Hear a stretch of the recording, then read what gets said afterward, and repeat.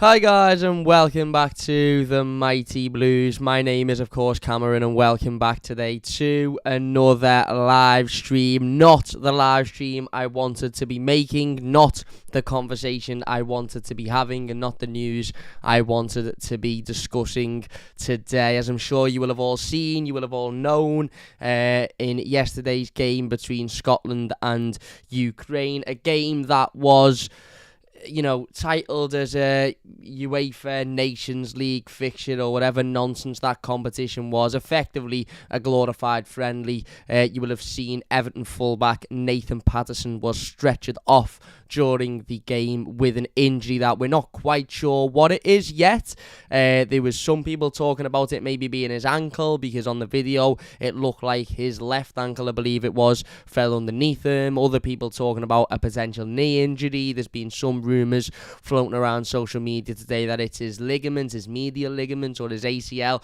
We don't quite know yet. All as we know is that Nathan Patterson walked off of the pitch, hobbled off of the pitch with assistance after the collision, then stood up, and it become quite clear quite quickly that he wasn't going to be able to continue the game. He then sat back down and a stretcher was called for him to be stretched off with assistance, of course, to the medical room. There's been reports on social media today to suggest that he will travel back down to Merseyside over the last couple of days or so. These are unconfirmed reports, in order to have scans on the injury, and the hope is, of course, that it isn't anything too serious. Now, obviously, when you see a stretcher being brought out, now I understand some people saying, well, he walked off the pitch for the start, so it wasn't as bad as what a stretcher would usually, I suppose, with the assumptions that would come with a player being stretchered off the pitch. He wasn't actually stretchered off the pitch, he walked off the pitch, and then the stretcher was needed in order to take him to the medical room. So I suppose if we're trying to find any sort of shining light from the fact that this mightn't be as serious as we all fear, it's that he walked off the pitch and he didn't have to be stretchered off the pitch, although we did have to be stretchered into, obviously, as I said, the medical facilities. But I just wanted to come on and have a little bit of a discussion about it, really, because I felt like having a bit of a rant about these absolutely pointless international friendlies in the middle of a season. We're already in a season that is going to be disrupted in a way that no other season has been disrupted before, because of a World Cup that, for the first time in my knowledge ever, certainly in my lifetime of 24 years, a World Cup that is being played midway through a season. Now, I know, we have the African Cup of Nations, which is played midway through a season, and that has been played, obviously, for quite some years during seasons. However, we've never, ever seen a World Cup, certainly not in my lifetime, played bang in the middle of a Premier League season. We all know the Premier League will stop in November and will obviously return on Boxing Day after a 4 or 5 week break for the World Cup. So given that we're already facing a period of absence from Premier League football that we wouldn't usually be facing, you would assume that these pointless international breaks midway through a season that were once labelled as international friendlies, which are now somehow labelled as Nations League. And I put a tweet out yesterday saying we really do need to fuck these pointless international games off, and somebody replied saying it's not pointless, it's an opportunity for Scotland to qualify for a competition that allows them to qualify for the toasty making competition, which if they win, that allows them to qualify for the Euro qualifiers. It's all nonsense. It's absolute nonsense. There should be one qualification tournament to qualify for the Euro. One qualification sort of league to qualify for the Euros, and there should be a qualification, fixture list for the World Cup as well. Why is the qualifications in order to qualify? To try and qualify? It makes absolutely no sense whatsoever. It's just another league, it's just another title, it's just another side organisation, side company that UEFA have created to make money and to effectively try and bring some excitement to what are friendlies. Let's be honest, these international games are nothing more than friendlies, but because if you label them as an international friendly, nobody's really that interested, nobody really gives that much of a shit, both fans and probably players as well. They've labelled them with a new tournament, a Nations League, which again, who even won the Nations League last time? I can't even remember who won it. It's that irrelevant. I don't even know who won the last one because it's nonsense. It's utter nonsense. It's a nonsense tournament, and it's a tournament that, again, puts players at unnecessary risk. Listen, I like the major international tournaments, your World Cups and your Euros, etc. And to be honest, I think the fact that we're playing a World Cup midway through the season is an utter disgrace as well. That's an absolute nonsense, let alone where it's being played and the issues that, the country in which it's being played in has with human rights and laws and legislation and all of that sort of stuff. The fact it's being played midway through a season is just proof that all as FIFA and, these organisations care about is the money in their pockets. They're not asked about fans. They're not asked about the players. They're not asked about the individual leagues and their schedules and how this will affect those. They're not asked about fitness of players. They're not asked about well-being of players. They're just asked about the fact that Qatar were willing to give them much more money than anybody else was, and that's all they cared about. Qatar could have said, listen, we're going to play the final on the fucking moon, and they'd have done it because of how much money they've been getting for it. It's absolute... It's nonsense, and once again, we've seen this pointless international break that comes in the middle of September, just 5-6 weeks into the Premier League season, has, seen one of Everton's most important players, some would argue our most important player. There's definitely an argument to be had that Nathan Patterson has been our best performer this season. Don't get me wrong, you've got Alex Iwobi, you've got Amadou Onana, you've got... various other players that you can have that conversation about as well. But I certainly do feel that Nathan Patterson is in that argument for Everton's best performer this season, or certainly one of Everton's best performers this season, who has now picked up an injury which could see him out for a sustained period of time. For what?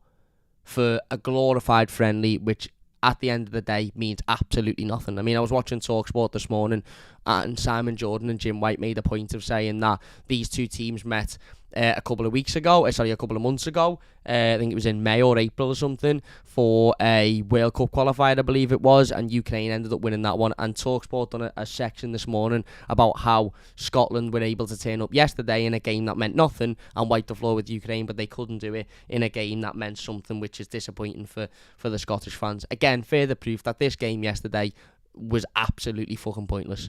And now Everton are without, or may be without, one of our best performers for the next however many weeks. Now, obviously, as I said, I don't want to sit here and speculate too much, because we don't know the extent of the injury. Everton haven't released a formal statement about it. They did put a tweet out last night confirming that Nathan Patterson had been taken off injured, but I assume the scans haven't taken place yet, and the time frame on how long Nathan will be out for hasn't been confirmed. When that is confirmed, we'll come back and we'll have another conversation about that, and we'll talk about that news on the channel live when it is confirmed, so don't forget to subscribe if you haven't already. But as of now, none of that is being confirmed. We hope, obviously, that it is minimal and that the stretcher was only brought out as a precaution. But when a stretcher is brought out and when a player lands in the way in which Nathan Patterson did, often the worst is feared. Add that to the fact that Vitaly Mykolenko didn't feature in yesterday's game because he had picked up a little knock in training, which kept him out of that game. Now, I do believe that one isn't as serious as obviously Nathan Patterson's, but he still missed the game through a knock. And you just, again, you just equal what is effectively the look of Everton Football Club, isn't it? I mean, I've said this numerous times on the channel before, and I will say it again, and I don't really care if I'm repeating myself, because I will stick with this point. I will die on this hill that Everton Football Club are cursed. Without a shadow of a doubt, we are cursed. We have the worst injury luck of any football club I have ever known. And as I said, I will die on that argument forever. I will argue that point until the day that I die. There isn't a football club about that has worse injury luck than Everton Football Club. We are 7 games into a Premier League season, and yet so far we've had Jordan Pickford, Dominic Calvert-Lewin, Ben Godfrey, Abdoulaye Doucouré, Yerry Mina, Nathan Patterson now, all out with injuries. All players that, if not as starters in this Everton team, which 99% of them are, they're certainly players that are in and around the first team. All out within the first 7 games of the season with significant injuries. We haven't seen Dominic Calvert-Lewin once this season. Jordan Pickford will have been out for a period of time if it wasn't for that game against Arsenal being postponed. That means now that Jordan misses one less game than what he would have done, but he'd have been out for 3 or 4 games. Ben Godfrey, will have been out for 3-4 months before he returns. Abdoulaye Doucouré was out for 4 weeks, something like that. Yerry Mina is out and has been out for the last 4 weeks and continues to be out for however long.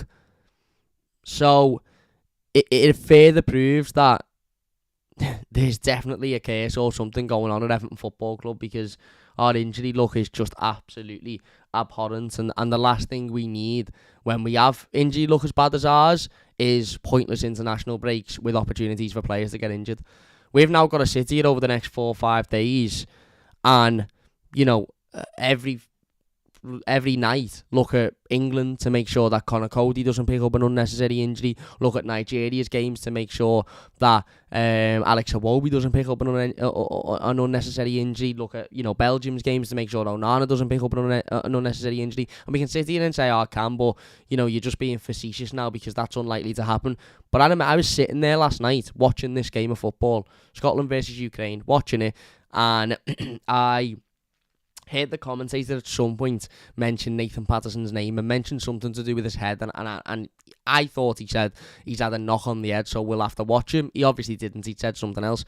But I said to me dad, it would just be our luck for him to go out and get injured in this game of football. I said Mikalenko's already not been playing because of a precaution. It would be our luck for Nathan Patterson to pick up an injury here. And I watched the next 15-20 minutes absolutely shitting myself. Every time the ball went near him or he went anywhere near the ball, my heart was in my arse, thinking that he's going to twist an ankle or he's going to go down injured. I then thought, you're being silly now. It's very unlikely to happen. I went and got a shower. I was in the shower for 10 minutes. I come out and my dad said he's been stretchered off with an injury. It's just, as I said, the lack of luck we have with injuries at this football club is beyond me. It really, really is. Senegal with Garner as well, as Wunderlust mentions. He's gone away in the international break, of course. So, yeah, again, listen, I know these young lads want to represent their countries. I know that, most professional footballers, if not every professional footballer, lives and breathes and works as hard as they do on the hope that they will get a call up to play for their national team at one point during their career. And I know if you were to say to these players, your Codys, your Onanas, your Garners, your Nathan Pattersons, do you want to go on the next international break if you're fit? I'm sure every one of them would say yeah, because they want to play for their country, and I understand that and I get that, and I'm not blaming the player in any way, shape or form. And international tournaments, we all enjoy. We all sit here in the summer and watch the international games and buzz off them and, get excited around them. But these pointless international friendlies in the middle of a Premier League season that is already disrupted by a major international tournament, for me, just don't make any sense whatsoever. They really, really, really don't make any sense whatsoever. And Everton now have got to deal with, as I said, one of our best performers picking up an injury. How long he'll be out for, we don't know. As I said, we will wait and see what the formal diagnosis is. I'm not going to sit here and say it's medial ligaments. I'm not going to sit here and say it's ACL. I'm not going to sit here and say it's his ankle, because we don't know. We don't know. As I said before, if we can take one sort of slight positive or slight bit of hope from the situation, it's that he walked off of the pitch. Well, he hobbled off of the pitch as opposed to having to be stretchered off the pitch. He was just stretchered into the medical room from the side of the pitch. Which, again, we can sort of, I suppose, take a little bit of hope from, because it shows that he wasn't, he wasn't, the stretcher wasn't required on the pitch. It wasn't like he couldn't move. But again, that still doesn't mean that he's not going to be facing weeks and months on the sideline, because walking off of a football pitch gingerly and being able to run round and perform in the way Nathan Patterson does perform, with the fight and the desire and the commitment and everything that he brings, is two completely different things. And yeah, it was just really, really annoying last night, because I don't care what anybody says about how Scotland winning last night can put them in a position to qualify for a qualifier that in 4 years they'll be able to play in a friendly that will allow them to qualify for a tournament in 15 years. It was nonsense. Last night's game meant absolutely nothing. And if it did mean something, then there's something wrong, because it shouldn't have meant anything. Because it's during an international break midway through a season, so it shouldn't have meant anything whatsoever. It shouldn't. It's as I said, it's a nonsense. A nonsense competition that is put out there to, to glorify the word friendly, basically, and to make UEFA, able to again make money off something else. Current champions of France. I mean, when did France win this? When did France win this tournament? Because I honestly don't remember. I don't remember France ever winning it. I don't remember anybody ever winning it. I'm trying to get an explanation to what it actually is, but can't even get one of them on the internet. The competition replaces international friendlies. So there you go. In a more competitive matches against other European. So it's a friendly. It replaces international friendlies. It's a friendly. It's glorified friendlies. For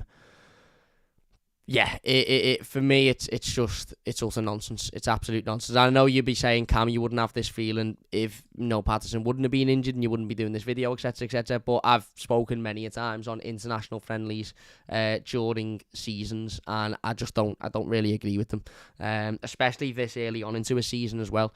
We sat here after the West Ham game and spoke with Cornet a couple of days ago about how this international break has come at what some people would say is a pretty unfortunate time for Everton. I understand, okay, we can sit here all we like and say, but it gives us an opportunity to get players back from injury. Your Dominic Calvert-Lewin, Jordan Pickford, but does it?